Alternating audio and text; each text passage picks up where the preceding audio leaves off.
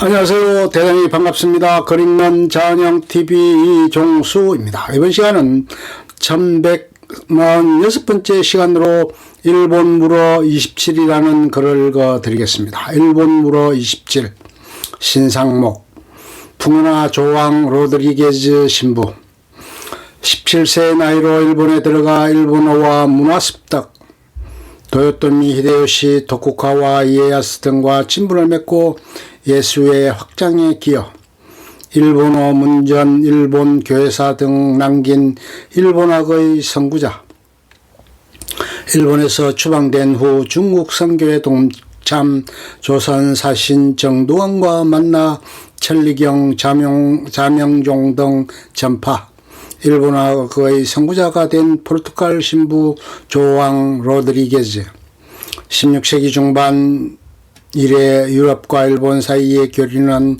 예수에 의한 기독교 전파가 중심에 있었다. 일반적으로 일본의 기독교를 최초로 전파한 사비에르 일본사를 제술하여 일본의 사정을 서양에 본격적으로 알린 프로이스, 적응주의를 통해 일본 내 기독교 확산에 크게 기여한 발리나뇨 등이 역사적 인물로 널리 알려져 있으나 사실 일본 내 예수의 활동에 있어 가장 독특하고도 흥미로운 인물 중에 하나가 조왕 로드리게즈 신부이다. 로드리게즈 신부는 소년 시절 일본에 건너와 30년 이상 일본에 체류하며 일본의 언어, 생활, 문화를 체화하여 가장 현지화된 사제로 일본의 조야를 누빈 인물이다. 로드리게즈 신부는 동시대 중국에서 활량한 동명이인 조왕 지랑 로드리게즈 신부와 구별하기 위해 조왕 츠쭈 로드리게즈로 불린다. 츠쭈는 이름이 아니라 일종의 수식어로 일본어 통사, 일본어 발음 츠지에서 온 말이다. 통사는 오늘날로 치면 통역사이다. 통사라는 수식어가 붙을 만큼 그의 일본어 실력은 타의 추종을 불허하는 수준이었고, 그는 뛰어난 일본어 능력을 바탕으로 후세에 길이 남을 체계적 일본어 연구 성과를 남기기도 했다. 17살 때 일본에 건너와 1577년, 1576년이라는 기록도 있다. 로드리게즈 신부가 일본에 건너왔을 때 그는 17세에 불과한 소년이었다. 포르투갈의 바이라 지방 출신인 그가 어떤 경로로 어린 나이에 일본에 오게 되었는지는 기록이 없다. 당시 15세 전후의 나이에 뱃사람이 되어 무역선을 타는 것이 드문 일은 아니었기에 그 역시 돈벌이를 위해 무역선 선원이 되었을 것으로 추정된다.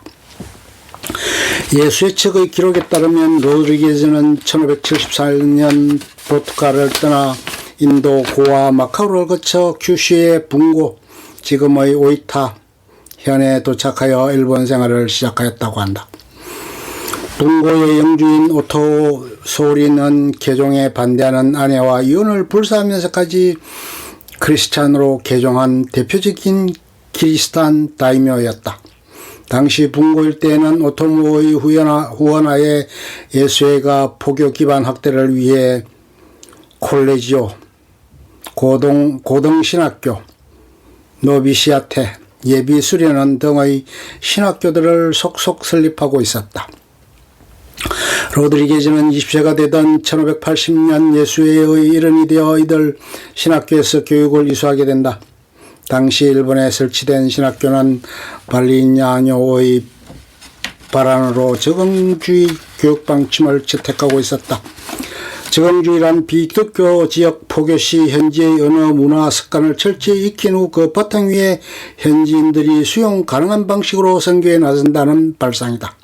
그를 위해서는 현지에서 사제를 양성하기 위한 교육기관이 기여하였고, 이들 교육기관에서는 신학, 철학, 자연과학, 라틴어 등의 기본 과목에 대한 교수 외에 현지 언어, 역사, 문화 습득을 통한 현지화 교육이 집중적으로 이루어졌다.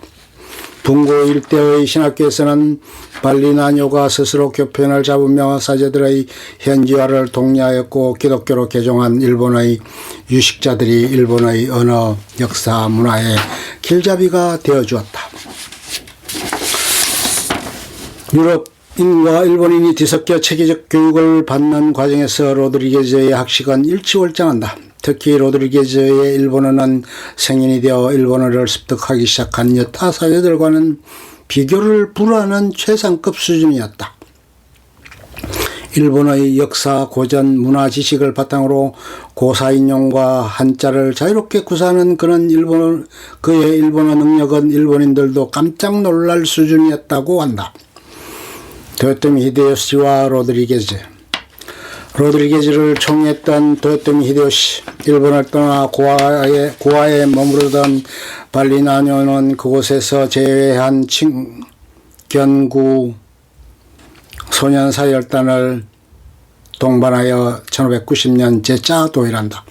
1590년 일본 방문은 긴장 속에서 이루어진 것이었다. 3년 전인 1587년 도요토미 히데요시가 돌연 바텐레 추방령, 기독교 사제 추방령을 내리고 기독교 탄압 움직임을 보이고 있었기 때문이다. 발리나뇨는 단순한 예수의 사제가 아닌 인도 부왕 총독 시절의 사절의 자격을 얻어 도요토미 히데요시를 직접 아련하고 그의 의중을 살펴 포교 재개의 우호적인 분위기를 조성하고자 하였다. 이때 발리나뇨의 통역사로 로드리게즈가 발탁된다. 그 전까지는 자타공인 최고의 일본 전문가 프로이스가 통역을 맡았으나 노세한 프로이스를 대신하여 로드리게즈가 중책을 부여받은 것이다. 발리나뇨가 1년을 기다려 성사된 히데요시와의 만남에서 통역을 맡은 로드리게즈는 일본인 뺨치는 유리한 일본어로 히데요시를 매료시킨다. 로드리게즈의 유창한 일본어에 감탄한 히데요시가 로드리게즈를 따로 불러 단독 면담을 가질 정도였다. 이때 시작된 히데요시와 로드리게즈의 인연은 히데요시가 숨을 거두는 순간까지 이어진다. 히데요시의 기독교 탄압 움직임에 숨을 죽이며 수면하에서 활동했던 예수에는 어떻게 해서든지 상황을 타개하고자 했다. 인도 부왕 사절 자격으로 히데요시의 일본 통일 위협을 경하하고 성대한 선물을 봉정하며 히데요시의 환심을 사는 한편 포르투갈 무역 이권을 협상 레버리지 지렛대로 삼아 추방령을 철회하고 운신의 폭을 넓히려 했다. 그러한 일련의 교섭 활동에 로드리게즈가 깊숙이 개입하게 된 것이다. 히데요시는 만년에 이르기까지 기독교 사제들을 스페인, 포르투갈 제국의 일본 침략 도구로 의심하며 경원시하였으나 로드리게즈만은 예외로 후대하며 가까이 두었다. 그러나 로드리게즈의 사익에도 불구하고 히데요시의 기독교 세력에 대한 의심은 누그러질 줄 몰랐고 오히려 1597년 2월 나카사키의 26성인 순교 사건으로 기독교인들에 대해 극형을 불사하는 가혹한 박해가 본격화된다. 1598년 9월 히데요시는 교토의 후시미 성에서 파란만장한 생을 마감한다. 히데요시는 숨을 거두기 며칠 전 로드리게즈를 거스로 따로 불러 자신의 생이 얼마 남지 않았음을 고한다. 로드리게즈는 죽음을 앞둔 눈앞에 둔 속세의 권력자에게 그리스도를 받아들일 것을 권했으나 히데요시는 묵묵부답인 채로 생을 마감했다고 전해진다. 도쿠가와 이에야스의 무역 대리인 역할. 로드리게즈는 도쿠가와 이에야스의 무역 대리인으로 활동했다. 히데요시 사후 예수에는 권력 일대 지각 변동을 예의주시하며 포교 탄압의 분위기 전환을 위한 기회를 노리고 있었다. 로드리게즈는 1598년 말 예수의 일본 교구의 차석 고위직에 해당하는 대리사제에 임명된다. 대리사제는 교구 살림을 책임지는 자리이다. 일본에서 그를 재무담당 사제라고 번역하기도 한다. 당시 예수의 일본 교구 재정은 만성적 적자 상태를 면치 못하고 있었다. 히데요시의 조선 침공과 그의 사후 권력 투쟁 과정에서 포르투갈 무역선의 수익성도 크게 악화되어 있는 상태였다. 재정난에 고심하던 로드리게즈는 권력 쟁패에 나선 유력자들에게 포르투갈 무역 이권을 연계시켜는 중개역을 통해 재정난을 타개하고자 했다. 일본 사정에 정통한 로드리게즈는 천하 통일에 다가선 도쿠가와 이에야스와 동독한 관계를 맺는 데 주력한다. 이에야스와 로드리게즈는 1593년 규슈의 나고야성에서 이미 만난 적이 있는 사이였다. 이에야스는 당시 유창한 일본어로 기독교 교리를 불교 교리에 빗대어 설명하는 이국인 신부를 인상 깊게 기억하고 있었다. 이에야스가 권력을 잡은 후 이에야스의 지위를 얻은 로드리게즈는 쇼군의 실질적 무역 대리인 역할을 수행하게 된다. 당시 가장 중요한 교역품은 생사였다. 로드리게즈는 생사 수급 과정에서 가격, 물량, 판매처 결정 등에 깊숙이 관여하게 되면서 쇼군, 다이묘, 일본 상인, 포르투갈 상인의 이익이 교차하는 사파구도에서 아슬아슬한 줄타기를 하는 입장에 서게 된다. 로마와 고아의 예수의 상부는 상부대로 무역이권에 개입하는 것은 성행에 위배되는 것이라며 로드리게즈 전사의 비판적이었고 라이벌 관계에 있던 프란체스코 회 사제들은 더욱 직접적으로 반발하고 나섰다. 로드리게즈로서는 고립무원 3년 초과의 상황이었다. 끝. 좋으면 좋아요, 구독, 알림 설정 눌러주세요. 감사합니다.